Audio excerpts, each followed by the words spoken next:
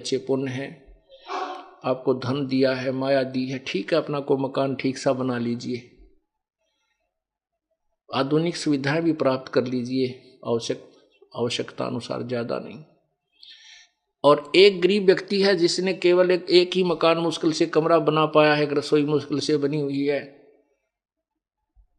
और एक ऐसा है कि जिसने एक एकड़ में कोठी बना रखी है और 2 और 3 4 मंजिल की भी, पता नहीं कितने मंजिलों की बना रखी है, लिफ्ट लगा रखी है, पता नहीं कितनी सुविधाएं उपलब्ध हैं। तो परमात्मा कहते हैं कि जो वो गरीब व्यक्ति जिसकी मकान की छत छान वो भी टूटी हुई हो, लेकिन वो भक्ति करता हो, वो परमात्मा को प्यारा है। और वो सुंदर महल में रहने वाला जो भक्ति नहीं करता, वो व्यक्ति अपना जीवन व्यर्थ कर रहा है। राम रटत दारिद्र भलो, टूटी घर की छान, वो सुंदर महल किस काम के, जहां भक्ति नहीं भगवान। उन घरों में ना जाने कब के बिजली गिर जाएगी। एक अखबारों में भी पढ़ी थी कि एक व्यक्ति के पास बहुत माया थी, ऐसी कोठी बना रखी थी उसने, ऐसे उसमें जीना चढ़ा रखा था इन पेड़ काड़ा कि उसमें लोडी ट्रक उसकी छत पर पहुंच जाता था। और फिर क्या हुआ, जब उसके अंत समय आया, किस दुर्गति से हुआ, उसी की पुत्री ने, जैसा कि समाचार पत्रों में सुना, उसी की पुत्री ने किसी आपसी स्थिति की विवाद में वो पिता भी और सौतेली माँ भी और भाई भी, उसके बच्चे भी सारे काट डाले। उस व्यक्ति की कैसी दुर्गति हुई। जहां भगवान की भक्ति नहीं, ऐसे कहर टूट जाते हैं। और यदि वो प्रभु की शरण में होता, सद्बुद्धि देता भगवान, उसको भी सद्बुद्धि देता, अपनी बेटी को भी हिस्सा देता, ले बेटी तेरा भी तो भी मेरी तो संतान है, तो ऐसी व्यवस्था करा देता और मोक्ष देता। और भी बहुत से ऐसे प्रमाण हैं। बड़े बड़े जो सेठ थे, वो अपने ही हेलीकॉप्टर के अंदर क्रैश हो जाने से और वहां हार्ड खिंड गए। परमात्मा इन सब बातों को याद दिलाते हैं। ये नहीं कि हम ना मरेंगे या आप नहीं मरोगे, मरना सभी ने है, लेकिन जो भक्ति करके नहीं करता वो खाली जाता है सच्चे दरबार में, फिर उसका काला मुंह किया जाता है और 83 लाख योनियों में ठोक दिया जाता है। फिर परमात्मा हमें याद दिलाते हैं, राम रटत कन्या भली, साकट भलो न पूत, जैसे छेरी के गल में गलथना, जिसमें दूध न मूते। परमात्मा, जैसे हमारे समाज में एक विशेष पहले से कुछ ऐसी धारणा बनी हुई है कि हम पुत्र को महत्व ज्यादा देते हैं और बेटियों को कम देते थे। अब तो बहुत परिवर्तन हो चुका है। वर्तमान में तो ऐसा विशेष नहीं रहा है। फिर भी जो भोले भाले हैं वो एकाध अवश्य किसी उलझन में उलझा हुआ नहीं, पहले बहुत ज्यादा था ऐसा। तो उस समय परमात्मा कह रहे हैं कि भाई राम रटत कन्या भली, बेटी बहुत अच्छी हमें, वो बेटी अच्छी है जो भक्ति करती है, और वो साकट पुत्र, वो पुत्र भी जो साकट हो, वो हमें कति आवश्यकता नहीं। साकट एक तो नास्तिक होता है, नास्तिक वो होता है स्वयं भक्ति नहीं करता पर और किसी को बाधा नहीं करता। साकट वो होता है स्वयं भी भक्ति नहीं करे और कोई जैसे उससे संबंधित और उसके अंतर्गत उसके प्रेशर में जितने व्यक्ति हों उन्हें भक्ति ना करने दे, स्वयं भी नहीं करे और उनको भी किसी न किसी कारण से परेशान रखे ताकि वो भक्ति ना कर सके, उसको साकट कहते हैं। साकट संत लैंग्वेज में। तो क्या बताते हैं कि राम रटत कन्या भली और साकट बलाना पूत, जैसे बकरी के गल में गलथना, बकरी के गल में एक थन जैसी खालड़ा लटका करता है गले में, सतन थन जैसा ही होता है, लेकिन वो किसी यूज में नहीं आता, ना उसमें दूध होता है ना वो पेशाब के काम आता। कहने का भाव ये है कि परमात्मा कहते हैं वो बेटा तो उस बकरी के गल में जैसे वो गलथना लटके, व्यर्थ का वजन, बेमतलब का बोझ, तो वो बेटा जो भक्तिहीन प्राणी है वो बेटा उस पिता के गले में एक व्यर्थ का बोझ है। और वो बेटी अच्छी है जो भगवान के चरणों में लगी हुई है। अब जो बेटी भगवान के चरणों में लगी है और परमात्मा की भक्ति कर रही है, उसका विवाह होगा, उसका जीवन सफर होगा, प्रारंभ होगा। परमात्मा अपनी बेटी के लिए आगे से आगे उसके दुखों का निवारण करेगा और माता पिता चैन से अपनी भक्ति कर लेंगे। तो कहते हैं वो माता पिता के लिए बोझ नहीं बनेगी वो बेटी जो भक्ति करती है, और जो साकट बेटा भक्ति नहीं करता वो तो एक सिर दर्द है, वो वजन है जैसे बकरी के गल में गलथना जिसमें दूध न मूत, अर्थात यूजलेस। परमात्मा कहते हैं बेटा जाया खुशी हुई बहुत बजाए थाल, ये तो आना जाना लगा हुआ है जो कीड़ी का नाल।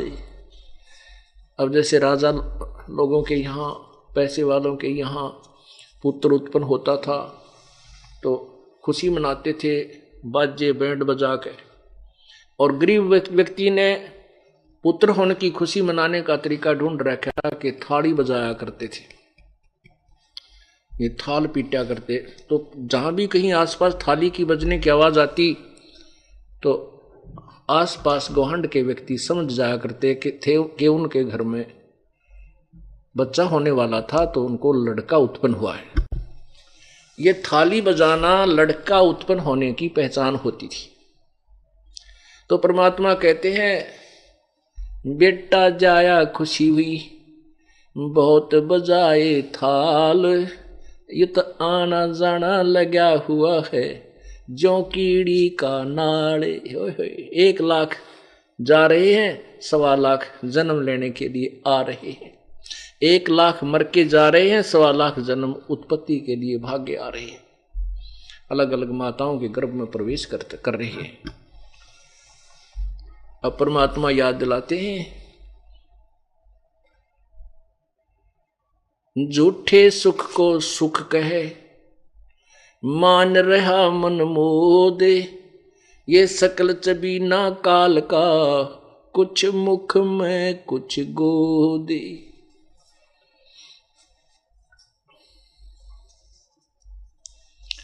इस झूठे सुख को सुख कहे और ये खुशी मान रहा है ना ये अनजान मन,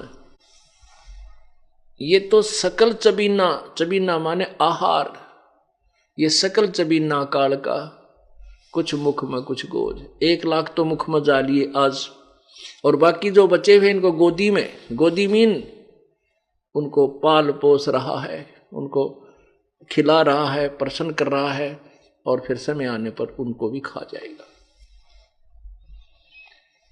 परमात्मा कैसा एग्जाम्पल दे रहे हैं। पतझड़ आवत देख कर, पतझड़ आवत देख कर बन रोवे मन माही, वो ऊंची डारी पात थे अब पीले हो जाही। अब क्या बताता है परमात्मा, क्या बताना चाहते हैं कि भोली आत्माओं आप यहाँ स्थिर नहीं हो, ये आपका मकान नहीं, आपका घर नहीं है, आपका ठिकाना नहीं है, ये लोक आपका नहीं है। आज यहाँ जन्मे हो, मृत्यु होगी, ना जाने कहाँ नरक में डाले जाओगे। कोई पुण्य है उनको स्वर्ग में रखा जाएगा, और पुण्य स्वर्ग में समाप्त होते ही आपको तुरंत नरक में डाल दिया जाएगा। नरक का पीरियड समाप्त होती तुरंत आपको चलता कर दिया जाएगा यहाँ 84 लाख योनियों। ऐसे ही मरते रहोगे, आते रहोगे, जाते रहोगे। इसलिए बताया है कि जैसे पतझड़ अब आएगी, आ चुकी है। अब क्या होगा कि पहले वाले पत्ते पीले पीले होकर के टूट टूट कर गिर जाएंगे, और तुरंत ही नई कोपल फूट आएंगी, और कुछ दिनों में वो पत्ते का रूप धारण करके हवा में ऐसे लहला रही होंगी। और 1 वर्ष तक वो मस्ती मार लेंगी, फड़फड़ फड़फड़ कर लेंगे। 1 वर्ष के, हो सकता बीच में टूट जाए, तूफान आ जाए तो वृक्ष ही गिर जाए, वो तो अलग से है। लेकिन ज्यादा से ज्यादा उनकी आयु कहते हैं 1 वर्ष के बाद वो जो अब मस्ती मार रहे हैं वो पीले होकर गिर जाएंगे। ये आप जी को हमें समझाने के लिए प्रभु ये हमें एग्जाम्पल दे रहे हैं। क्या बताते हैं? साथी हमारे चले गए, साथी हमारे चले गए, हम भी चालनहार, कोई कागज में बाकी रह रही, तात लगी है वार। परमात्मा हमें बताते हैं कि आपके जो पहले कोई मित्र, रिश्तेदार, भाई बहन या माता पिता, दादा दादी आपके साथ रहा करते, वो चले गए। अब आप भी चलने वाले हो। परमात्मा कह रहे हैं कोई कागज में बाकी रह रही, वो समय ना आया है जिस दिन वो बटन स्विच ऑफ करेगा तेरे जीवन का काल। वो कागज में बाकी रह रही है, कोई समय शेष रह रहा है तेरा। जिस दिन वो आएगा तो भी सारे काम को, चाहे आप बस में हो, विदेश गए हो, किसी भी कारण से आपको वहीं का वहीं, आपका एक श्वास भी एक्स्ट्रा आपको नहीं मिल पाएगा।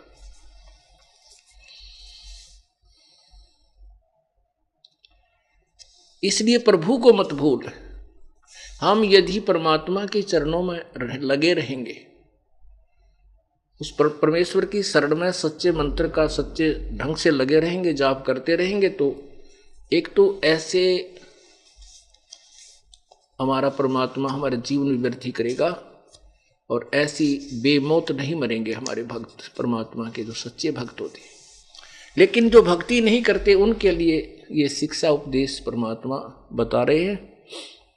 तो क्या कहते हैं? साथी हमारे चले गए, हम भी चालनहार, कोई कागज में बाकी रह रही, तात लगी है वार। फिर देर को नहीं, जब ये शरीर छूट जाए, प्राण निकल जाएंगे, ये खोखा पड़ा रह जाएगा, कुल के लोग तुरंत इकट्ठे हो जाएंगे, अन्यों कहेंगे भाई जल्दी ठाओ, जल्दी ठाओ, जल्दी करो। और कोई लकड़ी ढोने लग जाएगा, कोई कुछ व्यवस्था करने लग जाएगा, और जिसका वो मृत्यु होती है घर में, वो बेचारे बुरा हाल रो रो कर टक्कर मारने लग जाएंगे। तो परमात्मा कहते हैं या फिर कति देर नहीं है, इतने देर है, इतने तेरी या स्विच ऑफ ना होता या मृत्यु ना आती तेरी। फिर क्या बताते हैं? आगे गए ना बावड़े, जो पहले चले गए वो तो तूने देखे नहीं, आगे तेरे पास नहीं आएंगे, नहीं आए। और रहते भी सब जाही, बिन साहिब की बंदगी की ठोर ठिकाना नहीं। पहले चले गए वो तो वापस नहीं आए, आपको वो जो के तुम उसी स्वरूप में नहीं मिले। वो वैसे तो आते रहेंगे 84 लाख योनियों में। पहले गए ना बावड़े, रहते भी सब जाही, बिन साहेब की बंदगी की ठोर ठिकाना नहीं। कबीर परमेश्वर की भक्ति बिना जीव की कहीं भी ठिकाना नहीं है। अब यहां मनुष्य जीवन में चाहे राजा बना है, मृत्यु जिस दिन समय आएगा वो राजा जो का तो हार्ट अटैक से या किसी अन्य कारणों से तुरंत मृत्यु को प्राप्त हो जाएगा। उसके बाद फिर नरक जाएगा या स्वर्ग जाएगा, जैसे उसके पुण्य होंगे तो वहां स्वर्ग गया, स्वर्ग में समय पूरा होती, ऐसे ही चलाचली कर देंगे। चलो फिर नरक में फिर 84 लाख योनि, कुत्ते की जुन्नी पाई, कुत्ता मृत्यु हो गया, फिर गधे की पाई, गधे में मृत्यु हुआ, आगे फिर और अन्य प्राणियों में। कहती हैं कितने ठिकाना कौन।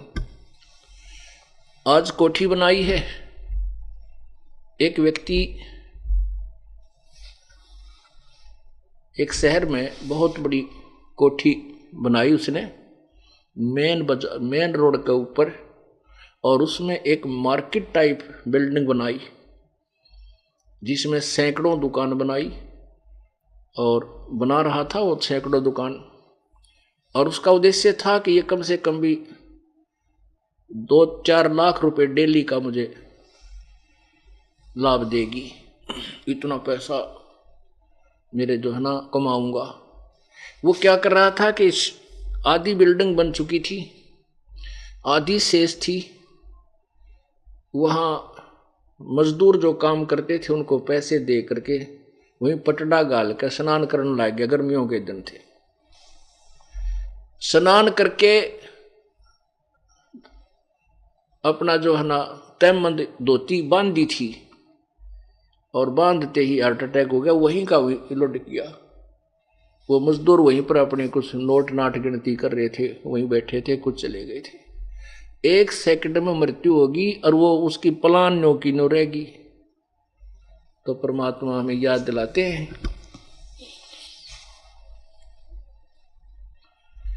भाई आगे गए ना बावड़े, आगे गए ना बावड़े रहते भी सबजान, और बिन साहेब की बंदगी कहीं ठोर ठिकाना ना, कितने ठिकाना नहीं तेरा उस परम पिता परमेश्वर कबीर जी की भक्ति बिना। उस कबीर परमेश्वर की भक्ति करने से हमें क्या लाभ होगा कि हम सतलोक चले जाएंगे। गीता जी अध्याय नंबर 15 के श्लोक नंबर 1 से 4 का एक विशेष विवरण है कि परमेश्वर उल्टा लटका हुआ संसार रूपी वृक्ष है। इस पूरे ब्रह्मांडों को समझो कि परमेश्वर की जो कंस्ट्रक्शन है, इसको उल्टा लटका हुआ संसार रूपी वृक्ष समझो, और जो ऊपर को इसकी जड़ है, नीचे को शाखाएं हैं। ऊपर को जड़ तो पूर्ण परमात्मा समझो, नीचे को शाखाएं रजगुण ब्रह्मा, सतगुण विष्णु, तमगुण शिव जी जानो। और जो संत इस संसार रूपी वृक्ष की सर्व शाखाओं के बारे में, सभी पार्ट्स ऑफ द ट्री, उस वृक्ष के सभी भागों को बता देगा कि तना क्या है, डार कौन भगवान है और शाखा कौन है, पात क्या है, वो तत्वदर्शी संत है, स वेदविद। तो फिर कहा, जैसे गीता जी अध्याय नंबर 4 के श्लोक 34 में कहा है कि उस तत्व ज्ञान को जो पूर्ण परमात्मा ने स्वयं आकर वर्णन किया है। गीता जी अध्याय नंबर 4 के श्लोक नंबर 32 में कहा है कि जैसा कि मैंने तुझे बताया है अर्जुन, अध्याय नंबर 4 के 25 से लेकर और 31 तक, कि कोई तो भगवान की ये साधना, ऐसी साधना करता है, कोई देवताओं की, अन्य देवताओं को पूजता है, कोई पितरों को पूजता है, कोई हठ योग करता है, कोई खड़ा होकर, कोई केवल प्राण अपान की वायु का अभ्यास करके, कोई अपनी ये प्राणायाम करके, इन्हीं को मोक्षदायक मानकर कर रहा है। लेकिन उस परमेश्वर के द्वारा बोले गए अपने मुखारविंद से तत्व ज्ञान में, उनकी वाणी में, उनके मुखारविंद से उच्चारित जो तत्व ज्ञान है, उसके अंदर ये सभी विस्तृत वर्णन दिया हुआ है। और गीता जी अध्याय नंबर 4 के 34 में कहा कि उस तत्व ज्ञान को जो परमात्मा ने स्वयं अपने मुख से बोला है, उस वाणी को तू तत्वदर्शी संतों से के पास जाकर समझ, उनको दंडवत प्रणाम कर। गीता ज्ञानदाता कहता है मैं नहीं जानता उसको, नहीं तो वो जानता होता है लिख ही देता है सारे, तो इतनी 18 अध्याय लिखे हैं, 4 लाइन और लिख देता, 4 श्लोक और लिख देता कि ऐसा है, ऐसा लिख, ऐसा कर। वो कहता है कि उस तत्व ज्ञान को किसी तत्वदर्शी संतों के पास जाकर समझ, जो गीता ज्ञान से अलग है, भिन्न है। और जैसा फिर वो तत्वदर्शी संत तुझे मार्गदर्शन करे, ऐसा कर। उस फिर बताया गीता जी अध्याय नंबर 1 में लिखा कि वो तत्वदर्शी संत की पहचान क्या होगी, इस उल्टे लटके संसार रूपी वृक्ष को वो भिन्न भिन्न पार्ट सहित बताएगा। अब फिर देखिएगा, क्योंकि पवित्र सदग्रंथों को पढ़ने से, सुनने से ज्ञान यज्ञ का फल मिलता है। और गीता जी अध्याय नंबर 4 के श्लोक नंबर 33 में कहा है कि दर्व यज्ञ से ज्ञान यज्ञ श्रेष्ठ है। तो ये ज्ञान यज्ञ जब हमारे समझ में आ जाएगी, तत्व ज्ञान समझ में आ जाएगा, फिर हम भ्रमित नहीं हो सकते। इसलिए हमने इस तत्व ज्ञान को रह रहकर सुनना और पढ़ना होगा, ताकि हमारा जो भ्रम अंधेरा है वो पूर्ण रूप से नष्ट हो जाए।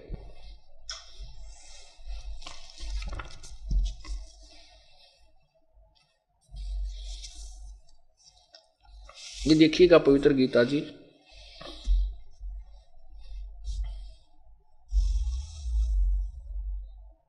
जयदयाल गोविंद का द्वारा इसका अनुवाद है, गीता प्रेस गोरखपुर से प्रकाशित है।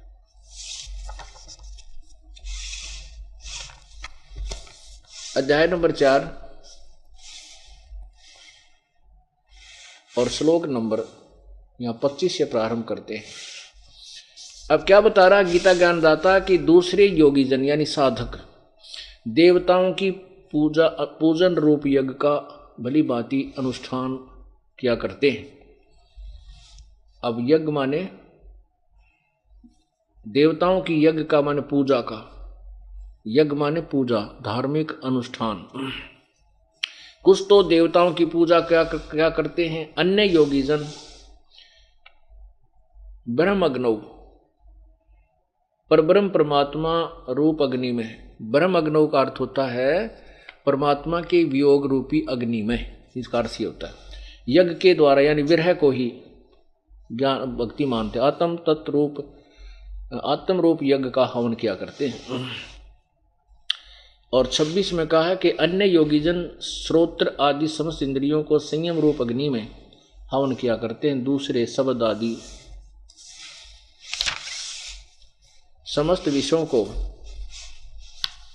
इंद्रिय रूप अग्नि में हवन किया करते हैं। अब ये क्या बताया जा रहा है, गीता ज्ञानदाता कह रहा है कि कोई तो अन्य देवताओं की पूजा करते हैं, कोई केवल एक वियोग वैराग में गाते बजाते, या जैसे आपने सुना हो पढ़ा होगा, कभी सुनाते हैं हम कई बार कि जैसे ऋषभ देव जी को इतना वैराग हो गया, वो उस वैराग में जंगल में घूम रहा था, इतना उस विरह अग्नि में, परमात्मा के पाने की विरह अग्नि में। तो कहते हैं उस वन में आग लग गई, बांसों के आपस में रगड़ा खाने से दावानल लग जाती है, वो पूरा जंगल जल गया और ऋषभ देव जी भी जल के नष्ट हो गए। तो यहाँ इसमें यही बताया कि कुछ तो ब्रह्म अग्नि में, ब्रह्म अग्नि का अर्थ भगवान के पाने रूपी वियोग की एक तरफ में, वो उसी में भ्रमते भटकते रहते हैं, उसी को मोक्ष मानते हैं, उसी को मोक्ष का मार्ग मानते हैं। और कुछ अपने इंद्रियों को हठ योग से रोकने की चेष्टा करते हैं, कुछ देवताओं की पूजा करते हैं, कोई किसी प्रकार से। आगे देखना फिर आप 26 आपने पढ़ लिया, अब 27 देखो। दूसरे योग, हाँ ये आपने पढ़ लिया। हाँ, दूसरे योगीजन इंद्रियों की संपूर्ण क्रियाओं को और प्राणों की समस्त क्रियाओं को, प्राण माने श्वासों की, ज्ञान से प्रकाशित आत्म संयम योग रूप अग्नि में हवन किया करते हैं। अब इसका क्या अर्थ बताते हैं कि जैसे कुछ तो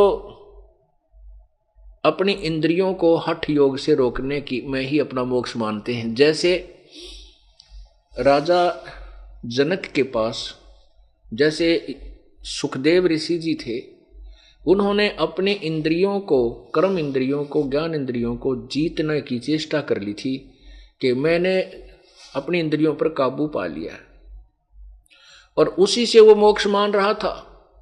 तो राजा जनक के पास जब वो गए उनसे उपदेश लेने के लिए, तब राजा जनक ने कहा था कि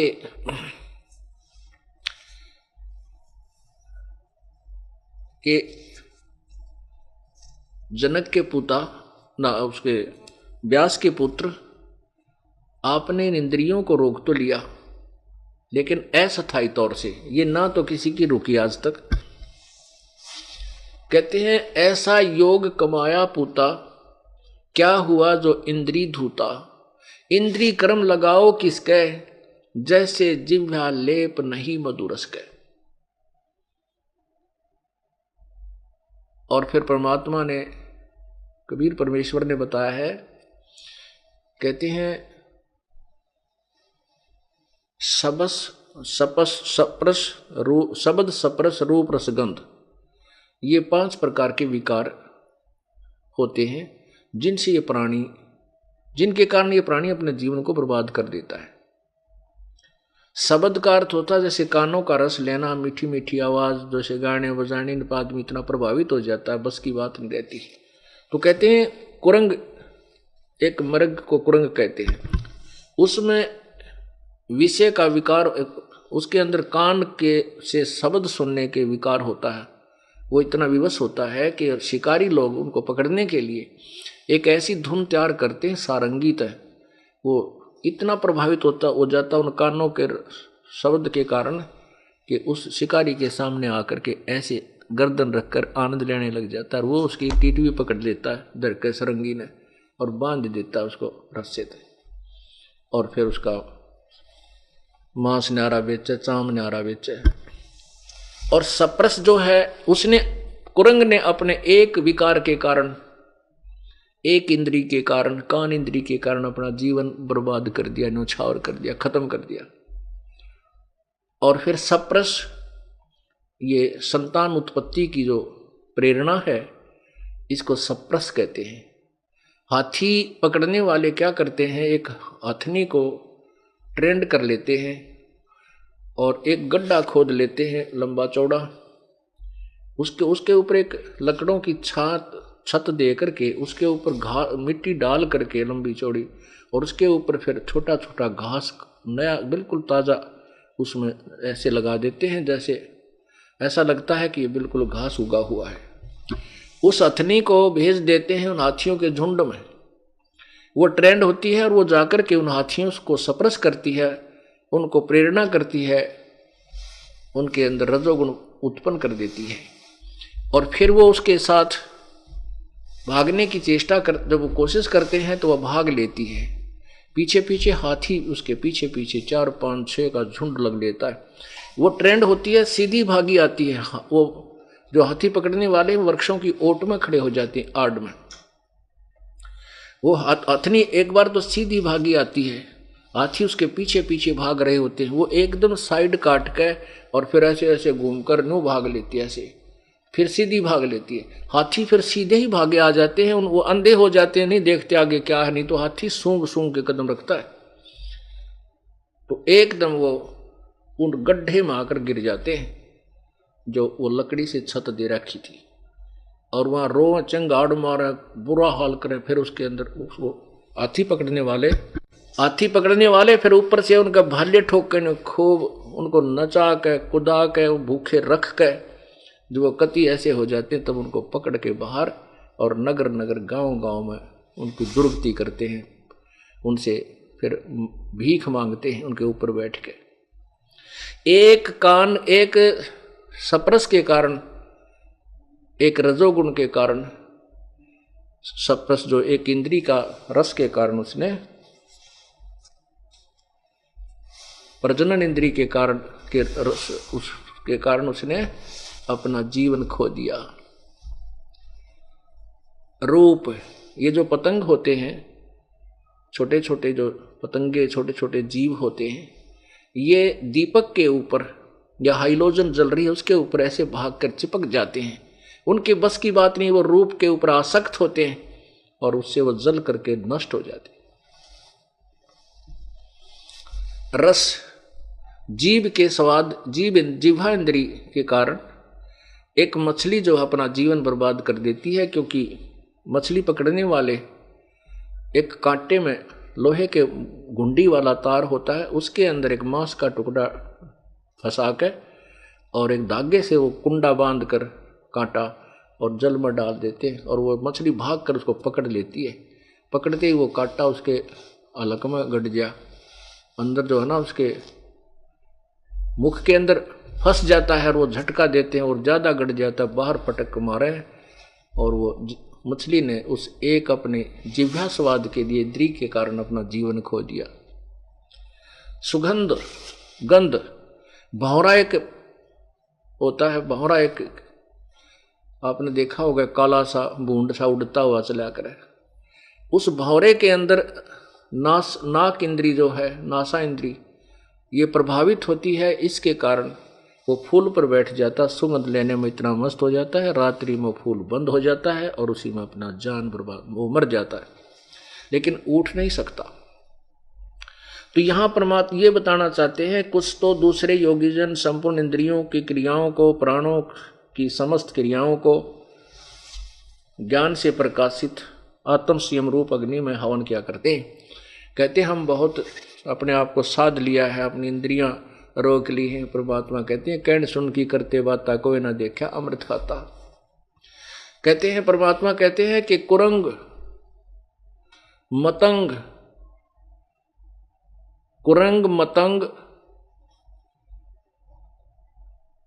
सरंग और भरंगा, इंद्री एक ठग्यो तिस अंगा।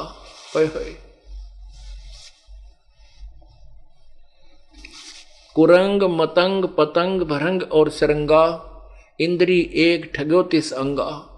और तू मेरे संग पांचों प्रकाशा, ये योग युगत की झूठी आशा। एक एक प्राणी को, उन प्राणियों में एक एक इंद्री प्रभावित थी, जिसके कारण अपना जीवन खो दिया। तुम्हारे साथ तो पांचों विकार आपके अंदर, मनुष्य जीवन के अंदर काल ने ये पांचों फिट कर दिए, और किसी न किसी कारण तो तेरे जाल में रहेगा ही रहेगा। तो यहां परमात्मा कहते हैं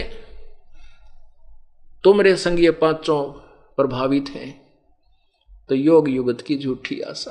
तो यहां ये बताना चाहते हैं कि कोई तो ऐसी साधना को उत्तम मोक्षदायक मान जानता है, कोई इसको मोक्षदायक जानता है, उसको मोक्षदायक जानकर ही करता रहता है। कहते हैं आगे बताएंगे कि वो तो इनके विषय में और विस्तृत ज्ञान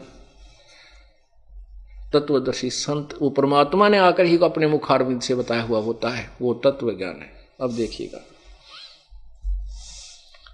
अध्याय नंबर 4 चल रहा है। आपने 27 सुना। दूसरे योगीजन इंद्रियों की संपूर्ण क्रियाओं को, प्राणों यानी समस्त क्रियाओं को ज्ञान से प्रकाशित, यानी अपनी सूझबूझ तनु का हमने संयम कर लिया, आत्म संयम योग रूप अग्नि में हवन करते हैं। 28 में देखो, कई पुरुष द्रव्य यज्ञ संबंधी यज्ञ करने वाले हैं, यानी भंडारे भंडूरे करते रहते हैं। तपस्या करने वाले ही, कितने ही अन्य जो तपस्या रूप यज्ञ करने वाले जो तप करते हैं, हठ योग करके, खड़े होकर, बैठकर, जो पानी में कहीं कहीं, तथा कि दूसरे कितने ही योग रूप यज्ञ को हवन करते हैं। कुछ योग ही करते हैं, जैसे योगासन जिनको कहते हैं, करते हैं। कितने ही करते, कितने ही अहिंसावादी तीक्ष्ण व्रतों से युक्त यत्नशील पुरुष स्वाध्याय रूप यज्ञ, ज्ञान यज्ञ करने वाले हैं। अब देखो, कहते कुछ तो बेचारे इसे जबरदस्त इतना तप, इतना भयंकर जो है ना कष्ट सहन करते हैं तीक्ष्ण, जैसे आपने जैनी साधु देखे होंगे, पैरां तनंगे, मुंह पर पट्टी बांध लेंगे, कहती है इसी को मोक्ष मानते हैं। कहते नहावा भी कोई ना कदे, कुछ ऐसे हैं जैनियों में कि स्नान भी नहीं करना है, स्नान करने तो जीव मर जाएंगे। अरे तेरा बोला पैदल चालो फिर कितना मार दो तुम, मतलब अब बिना ज्ञान के, बगैर तत्व ज्ञान के ऐसे कहते हैं। सभी अपनी अपनी साधनाएं ऐसी ऐसी कर रहे हैं। कुछ स्वाध्याय, जैसे किसी ने बता रखा गीता जी का एक पाठ डेली कर लिया करो, एक अध्याय, ओहो बेड़ा पार हो जाए। कहते इस स्वाध्याय से ही कोई मोक्ष मानते हैं? नहीं। अब कहते हैं इस सारे तत्व, इस सभी के विषय में तत्व ज्ञान से निर्णय होगा। वो परमात्मा ने स्वयं अपने मुखारविंद से बोला हुआ है। ये इस पवित्र गीता जी के ज्ञान को हमने इस तरीके से समझना है, जो इसका वास्तविक लाभ हमें मिलेगा। अब देखना अध्याय नंबर 4 का आपने ये 28 तक सुन लिया। अब 29-30, दूसरे कितने ही योगीजन अपान वायु में प्राण वायु को हवन करते हैं, वैसे ही अन्य योगीजन प्राण वायु में अपान वायु को हवन करते हैं। अन्य कितने ही नियमित आहार, यानी कुछ कम आहार करने वाले प्राणायाम प्रायण पुरुष प्राण और अपान की गति को रोककर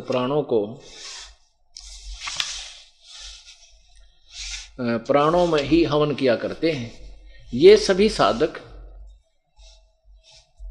यज्ञों द्वारा पापों का नाश करने वाले यज्ञ को जानने वाले हैं। इसका वास्तविक अर्थ ये है कि ये जो साधना कर रहे हैं ना, जैसी भी, वो सभी इन सभी अपनी क्रियाओं को पाप नाशक ही मानकर करते हैं कि हम अपनी क्योंकि पाप नाश होए बिना कल्याण नहीं हो सकता।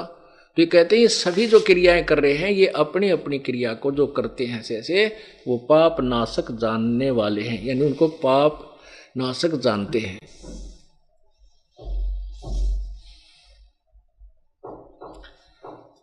अब आपने 29-30 में क्या पढ़ा कि कुछ तो योगीजन अपान वायु में प्राण वायु को हवन करते हैं। कुछ आपने देखा होगा योग अभ्यास यानी प्राणायाम अभ्यास से श्वास को इतना सूक्ष्म कर लेते हैं और उसी से कहते हैं हम मोक्ष हो जाता है। काफी समय तक प्राण रोकने का अभ्यास कर लेते हैं और कहते हैं बस इसी से ये मोक्ष हमारा तप बन रहा है, साधना बन रही है। कहते हैं नहीं, परमात्मा कहते ऐसा नहीं। कुछ योग करते हैं, योग माने अभ्यास, योग अभ्यास करते हैं, उसी से अपना कल्याण मानते हैं और कितने ही नियमित आहार करके और कुछ प्राण अपान की वायु को गति को रोक कर यानी जो अपना सांस रोक लेते हैं।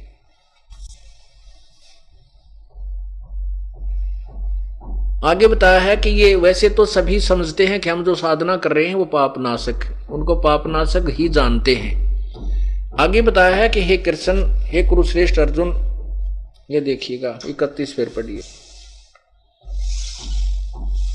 हे कुरुश्रेष्ठ अर्जुन, यज्ञ से बचे हुए अमृत का अनुभव करने वाले योगीजन सनातन ब्रह्म परमात्मा को प्राप्त होते हैं। यज्ञ से बचे हुए अमृत का अनुभव करने वाले, यज्ञ करने वाले पुरुषों के लिए तो यह मनुष्य लोक भी सुखदायक नहीं है, तो फिर परलोक कैसे हो सकता है, सुखदायक हो सकता है। अब इस पॉइंट को समझने के लिए कि सनातन परब्रह्म परमात्मा को प्राप्त होते हैं कौन? यज्ञ से बचे हुए अमृत का अनुभव करने वाले। अब पुण्यात्मा, गीता जी अध्याय नंबर 3 के श्लोक नंबर 10 से लेकर के 15 तक विवरण दिया है कि प्रजापति ने, परमात्मा ने सबसे पहले प्रजा रचकर उनको कहा था तुम यज्ञ किया करो और कहा था तुम यज्ञ करके उन्नति को प्राप्त करो और तुम यज्ञ के द्वारा देवताओं को बढ़ाओ और वो उन्नत हुए हैं देवता तुम्हें बिना मांगे ही लाभ दिया करेंगे। फिर आगे बताया है कि अध्याय नंबर 3 के ही श्लोक नंबर 14-15 में उसमें क्या बताया कि सभी प्राणियों की उत्पत्ति अन्न से होती है, अन्न वर्षा से होता है और वर्षा यज्ञ से होती है, धार्मिक अनुष्ठानों से होती है। यज्ञ जैसे यहाँ 5 यज्ञ चलती हैं, इनसे सृष्टि का बैलेंस बना रहता है। वर्षा यज्ञ से होती है, यज्ञ शास्त्र अनुकूल भक्ति कर्म से होते हैं और यज्ञ यानी कर्म ब्रह्म ने लगाए। ब्रह्म इस काल के लोक में हम आए तो हमने काम करना पड़ा और ये अनुष्ठान करके अपना टाइम पास, इससे कुछ राहत लेकर के अपना गुजारा करते। लेकिन हम सतलोक में चले जाते हैं, वह नैस कर्म में हमें सिद्धि प्राप्त हो जाती है, वहां काम नहीं करना होता। लेकिन यहां हम आए काल के लोक में तो हमारे कर्म लगे, ये कर्म लगाए काल ने, ब्रह्म ने, और इस काल ब्रह्म की उत्पत्ति हुई उस परम अक्षर ब्रह्म से, यानी अक्षर ब्रह्म से, परम अक्षर ब्रह्म से, पूर्ण परमात्मा से। और वो पूर्ण परमात्मा सर्वगतम ब्रह्म, वो पूर्ण परमात्मा सर्वव्यापक वासुदेव पूर्ण परमात्मा ही यज्ञों में प्रतिष्ठित है। यज्ञों में यानी उस पूर्ण परमात्मा को इष्ट मानकर जो साधना करते हैं वो उसको प्रतिष्ठित रख करके कबीर परमेश्वर पूर्ण परमात्मा के प्रति को इष्ट मानकर, तो फिर उससे जो लाभ होता है वो सभी वो पूर्ण लाभ प्राप्त होता है, वो वास्तविक यज्ञ है। अब देखना, अब गीता जी अध्याय नंबर 4 के श्लोक नंबर 31 में कहा कि यज्ञ से बचे हुए अमृत का जो अनुभव करते हैं। अब तीसरे अध्याय का आप देखिएगा, ये 3 श्लोक आपको 4-5 श्लोक पढ़ाएंगे क्योंकि तीसरे से कंटिन्यू आ रहा है ये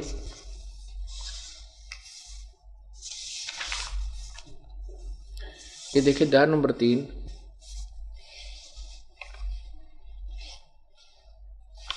और यहां से 10 नंबर श्लोक से शुरू करते हैं। प्रजापति ब्रह्मा ने कल्प के आदि में यज्ञ सहित प्रजाओं को रचकर उनसे कहा था, तुम लोग इस यज्ञ के द्वारा वृद्धि को प्राप्त हो, यह यज्ञ तुम लोगों को इच्छित भोग प्रदान करने वाला हो। अब 11वें में कहा है कि इस यज्ञ के द्वारा देवताओं को उन्नत करो और वो देवता तुम लोगों को उन्नत करें। इस प्रकार निस्वार्थ भाव से एक दूसरे को उन्नत करते हुए तुम लोग परम कल्याण को प्राप्त हो जाओगे। आगे 12 में कहा है कि यज्ञ के द्वारा बढ़ाए हुए देवता तुम लोगों को बिना मांगे ही इच्छित भोग निश्चय ही देते रहेंगे। इस प्रकार उन देवताओं द्वारा दिए हुए भोगों को जो पुरुष उनके बिना दिए स्वयं ही भोगता, वो तो चोर ही है। 13 में स्पष्ट किया है, जो दास आपको बताना चाहता है कि यज्ञ से बचे हुए अन्न को खाने वाले श्रेष्ठ पुरुष सब पापों से मुक्त हो जाते हैं। जो पापी लोग अपने शरीर पोषण करने के लिए ही अन्न पकाते हैं, वे तो पाप को ही खाते हैं। अब देखो 14 और 15 में स्पष्ट किया है कि संपूर्ण प्राणी अन्न से उत्पन्न होते हैं। अन्न की उत्पत्ति वृष्टि से होती है, यानी वर्षा से। वृष्टि यज्ञ से होती है और यज्ञ विहित कर्मों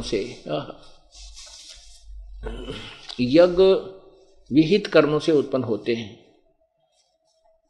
और कर्म समुदाय को तू ब्रह्मो उद्भव, वे इन अर्थ कर दिया वेद से उत्पन्न नहीं, ब्रह्म माने इस ब्रह्म काल से उत्पन्न, और वेद को और ब्रह्म को, इस काल को अविनाशी परमात्मा से उत्पन्न हुआ जान।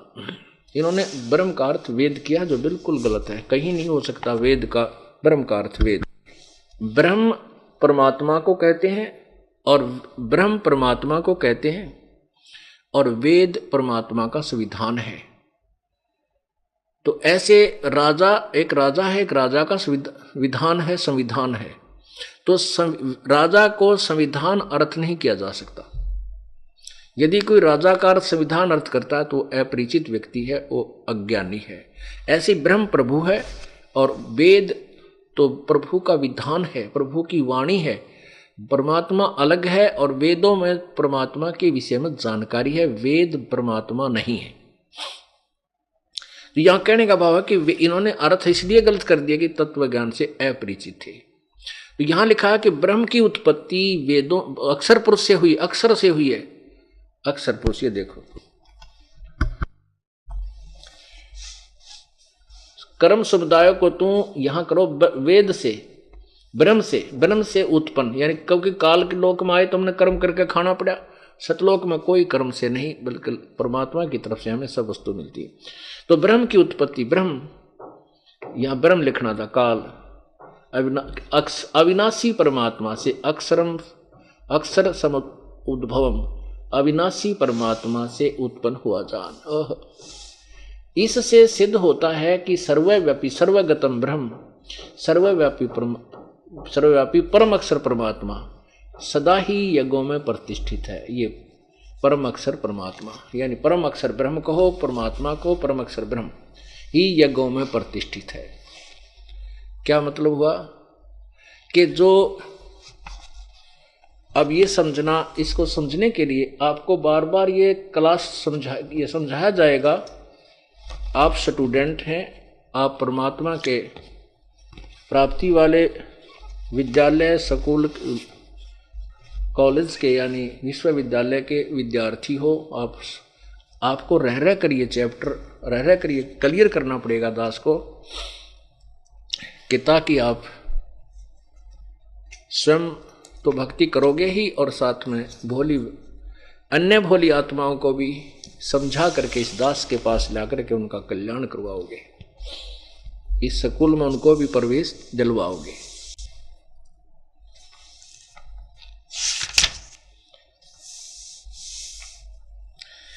अब जैसे आपने गीता जी अध्याय नंबर 3 का श्लोक 10 पढ़ा, उसमें कहा कि प्रजापति ब्रह्मा ने, वैसे तो प्रजापति का अर्थ कुछ और होता है, ये प्रजापति ब्रह्मा को मानते हैं। हम इसको ज्यादा पछड़े ना पड़ के अपना उस उद्देश्य को सिद्ध करते हैं। कल्प के आदि में यज्ञ सहित प्रजाओं को रचकर, यानी सब यज्ञों को अनुष्ठानों के विषय में भी बताया था और साथ में प्रजा की रचना की। तुम लोग यज्ञ के द्वारा उन्नति को प्राप्त हो, वृद्धि को प्राप्त हो, और तुम लोगों को यह यज्ञ तुम लोगों को इच्छित भोग प्राप्त कराए। 11वें में लिखा कि यज्ञ के द्वारा देवताओं को उन्नत करो। अब आपने ये भी पढ़ा है कि उस यज्ञ में प्रतिष्ठित वो परम अक्षर ब्रह्म है, और उस परम अक्षर ब्रह्म से ही ये ब्रह्म की उत्पत्ति हुई। वो सर्वगतम ब्रह्म, वो सर्वव्यापी अक्षर ब्रह्म यानी परम अक्षर ब्रह्म यानी परम अक्षर परमात्मा ही यज्ञों में प्रतिष्ठित है। अब यहां देखिएगा कि जैसे हमने एक भक्ति रूपी पौधा लगाना है, तो ये है पूर्ण परमात्मा रूपी मूल। जैसा हमने प्रारंभ किया था, इसको कहां से हमने प्रारंभ किया था? 15वें गीता जी अध्याय नंबर 15 के श्लोक नंबर 1 से 4। हम इसको समझाने के लिए आपको विस्तृत विवरण बता रहे हैं कि ये एक उल्टा लटका संसार रूपी वृक्ष है, जो जमीन से बाहर दिखाई देता उसको हम पेड़ बोलते हैं, वृक्ष कहते हैं। और इसका ये तना मोटा तना कहलाता है, ये हिस्सा ये पार्ट जो है ये मोटी डार कहलाती है, फिर 3 आगे शाखाएं कहलाई जाती हैं, ये पत्ते हैं। तो इसमें बताया गीता जी अध्याय नंबर 1 में कहा कि ऊर्ध्व मूलम अधः शाखम, ऊपर को मूल वाला और नीचे को शाखाओं वाला।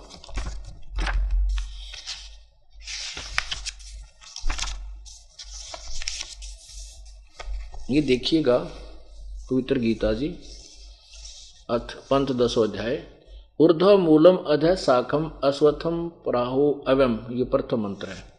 छंदासी यस्य प्रणानी यह तम वेद स वेदविद। इसका अर्थ है कि ऊपर को मूल वाला जड़ वाला, नीचे को शाखा वाला, ये अविनाशी उल्टा लटका हुआ पीपल संसार रूपी पीपल का वृक्ष है। छंदासी यस्य प्रणानी, इसके जो पत्ते आदि हैं वो इसके विभाग हैं, छंद हैं, टुकड़े हैं।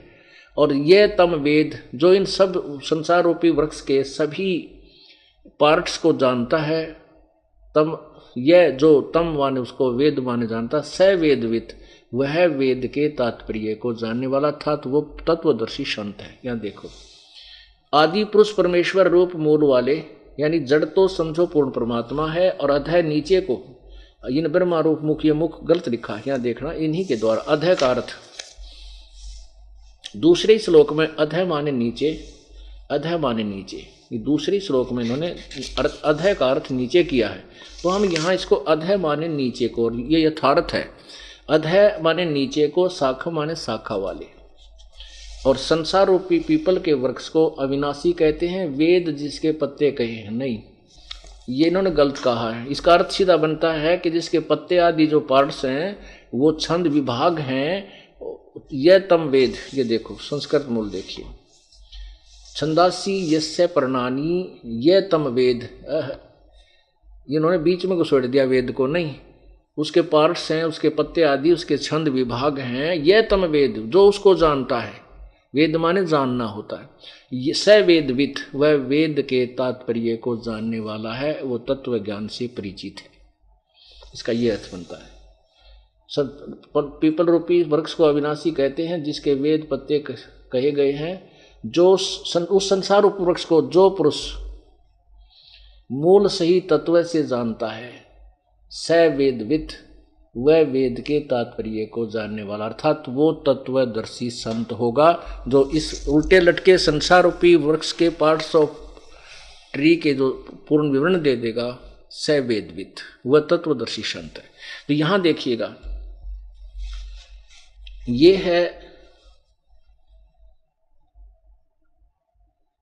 परमात्मा ने स्वयं आकर के, कबीर परमेश्वर ने एक तत्व रूपी संत की भूमिका की थी। उन्होंने आज से 600 वर्ष पहले बताया था इस गीता जी के उल्टे लटके संसार रूपी वृक्ष के बारे में। अक्षर पुरुष एक पेड़ है, निरंजन वा की डार, और तीनों देवा शाखा है, ये पात्र रूप संसार। तो वो परमात्मा ही तत्वदर्शी संत की भूमिका करते हैं, उनके बिना इस ज्ञान को कोई बता भी नहीं सकता। अब यहां देखो नारे नारे पार्ट्स। अक्षर पुरुष एक पेड़ है, जो बाहर दिखाई देता उसको अक्षर पुरुष कहते हैं। पेड़ दिखाई, उसका अक्षर पुरुष ये पेड़ है यानी तने से संबंधित होता है। तो ये तना तो अक्षर पुरुष यानी क्षर पुरुष है, ये अक्षर पुरुष है, ये परब्रह्म है। इससे एक मोटी डार निकली, ये ब्रह्म ज्योति निरंजन है, ब्रह्मा विष्णु महेश का पिता है। इस ब्रह्मा विष्णु यानी क्षर पुरुष से ब्रह्म से आगे रजगुण ब्रह्मा सतगुण विष्णु तमगुण शिव जी रूपी शाखा है, और हम इससे आगे पात रूप में हम हैं, संसार रूपी ये पत्ते हैं। अब ये जड़ जो है ये मूल है, ये परम अक्षर ब्रह्म है, पूर्ण परमात्मा है। अब यहां पूर्ण परमात्मा से ही आहार चलता है इस वृक्ष को, तने में आया, तना से डार में यानी परब्रह्म में, परब्रह्म से ब्रह्म में, ब्रह्म से ब्रह्मा विष्णु महेश रूपी शाखाओं में, और फिर इन हमारे पास पहुंचा। अब हमने ये समझना है कि जैसे इसमें बताया है कि तुम देवताओं को उन्नत करो और वो बढ़े हुए देवता तुम्हें उन्नत करे, और साथ में ये भी कहा कि उस परम सर्वगतम ब्रह्म को यज्ञों में प्रतिष्ठित है, उसी की पूजा करोगे तो तुम्हारे शुभ संस्कार बनेंगे, तुम्हें यथार्थ भक्ति लाभ मिलेगा। वो संस्कार बन के ब्रह्मा विष्णु महेश के पास तुम्हारे अकाउंट में जमा होंगे, फिर ये ब्रह्मा विष्णु महेश तुम्हें वो शुभ संस्कार ही देंगे, अन्य कुछ नहीं दे सकते। तो हमने पूजा तो पूर्ण ब्रह्म की करनी होगी, उसके बताए अनुसार चलना होगा, उसके बाद जो संस्कार हमारे पुण्य बनेंगे जैसे भी यहाँ के, तो वो फिर ब्रह्मा विष्णु महेश के पास जाएंगे, वो आपको वर्क डन देंगे, किए हुए कर्म का फल ही देंगे। वो कर्म कैसे बनेंगे? ये कर्म ऐसे बनेंगे। अब देखना, जैसे हम कोई भक्ति रूपी पौधा लगाना चाहते हैं, रोपना चाहते हैं, तो ये है प्रॉपर वे ऑफ प्लांटिंग, ये यथार्थ विधि है पौधा लगाने की। अब यहां हम क्या करेंगे, जैसे जड़ को मिट्टी में डालेंगे, दबाएंगे गमले में या मिट्टी में गड्ढा खोदकर, और फिर उस मूल की जड़ की सिंचाई करेंगे, सेवा करेंगे, पूजा करेंगे, उसमें जल डालेंगे, खाद डालेंगे, तो वो खुराक फिर जड़ से तना में जाएगी परब्रह्म में, परब्रह्म से डार में जाएगी उस ब्रह्म में, और फिर डार से ब्रह्मा विष्णु महेश में पहुंचेगी, और फिर वो शाखा जो है वो फलों से लदबद हो जाएंगी, और फिर वो फल हमें प्राप्त होंगे किस विधि से, ये समझना है। फिर देखिएगा, ये है यथार्थ शास्त्र अनुकूल साधना, अर्थात सीधा बीजा हुआ लगाया हुआ भक्ति रूपी पौधा। यहां हमने जड़ यानी पूर्ण परमात्मा की पूजा की, इसको प्रतिष्ठित किया। इससे आगे खुराक गई तना में, अक्षर पुरुष में अर्थात परब्रह्म में, फिर डार में, डार से इन तीनों देवता ब्रह्मा विष्णु महेश रूपी शाखाओं में, फिर इनके फल लगेंगे। और अब हम क्या कर रहे हैं, हम उल्टी साधना कर रहे हैं। हमने इस भक्ति रूपी पौधे को उल्टा बो रखा है। हमने टहनियां ब्रह्मा विष्णु महेश की तरह हमने पूजा करनी शुरू कर दी, जड़ को छोड़ दिया, हम भक्तिहीन होते जा रहे। अब हम ऐसे पूजा कर रहे हैं जो शास्त्र विधि रहित है, शास्त्र विरुद्ध साधना, अर्थात उल्टा बीजा हुआ लगाया हुआ भक्ति रूपी पौधा।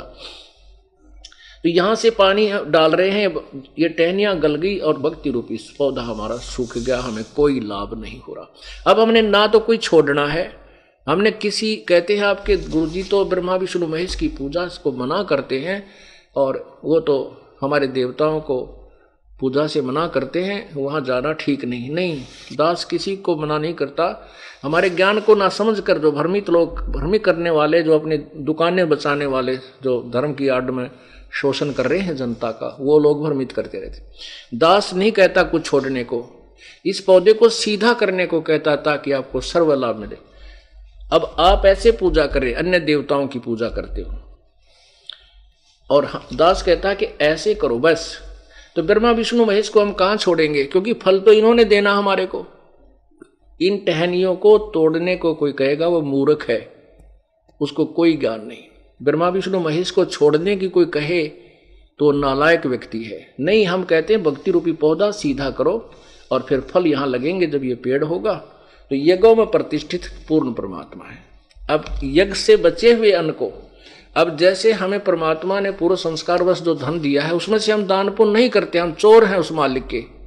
और परमात्मा कहते, जिन हर की चोरी करी और गए राम गुण भूले, ते बिदना बागुल किए अब रहे उर्द मुख झूले। बागुल पक्षी बना दिए जाते हैं। वो कहते हैं मुख से खाते हैं और मुख से ही टट्टी करते हैं। वो बागुल पक्षी उल्टे लटके रहते हैं, ऊपर को पंजों से और नीचे को मुंह रहता है उनका, बिरान माटी होती है। अर्थात महादुखी प्राणी हो जाओगे जिन हर की चोरी करी और गए राम गुण भूल, परमात्मा की महिमा से जो अपरिचित होकर के और ये दान पुण्य करना त्याग दिया, उनकी दुर्गति होगी। अब यही ये कहना चाहते हैं अपनी पवित्र गीता जी कि जो व्यक्ति पर जो उन देवताओं के द्वारा दिए हुए बड़े हुए देवता जो तुम्हें धन देते हैं, अर्थात जो तुम्हारे यथार्थ भक्ति मार्ग से जो तुम्हें धन मिला और उसमें से तुम आगे दान नहीं करते हो, तो तुम कहते हो वो चोर हैं और केवल अपने उदर पोषण के लिए नाना प्रकार के पकवान बनाकर खाता है, दान धर्म नहीं करता है, कहता वो पाप को ही खाता है। अब यज्ञ से बचे हुए यज्ञ से बचे हुए अन्न को खाने वाले, यज्ञ से, यज्ञ कौन सा है? धार्मिक यथार्थ शास्त्र अनुकूल साधना को हम यज्ञ कहते हैं, यानी यथार्थ अनुष्ठान कहते हैं। उस यज्ञ से बचे हुए अन्न को खाने वाले, अब देखिए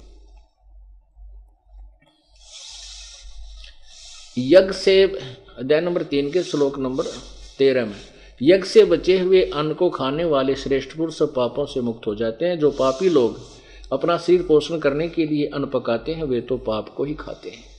अब 14-15 में स्पष्ट किया है कि संपूर्ण प्राणी अन्न से उत्पन्न होते हैं। अन्न की उत्पत्ति वर्षा से, वर्षा यज्ञ से होती है और यज्ञ शुभ कर्मों से, शास्त्रानुकूल कर्मों से होने वाले हैं। और कर्म तो काल ब्रह्म के द्वारा लगा उत्पन्न किए जान, और ब्रह्म काल की उत्पत्ति अविनाशी परमात्मा से उत्पन्न हुआ जान, और इससे सिद्ध होता है कि वह सर्वगतम ब्रह्म, सर्वव्यापी परमेश्वर, परम अक्षर परमात्मा सदा ही यज्ञों में प्रतिष्ठित है।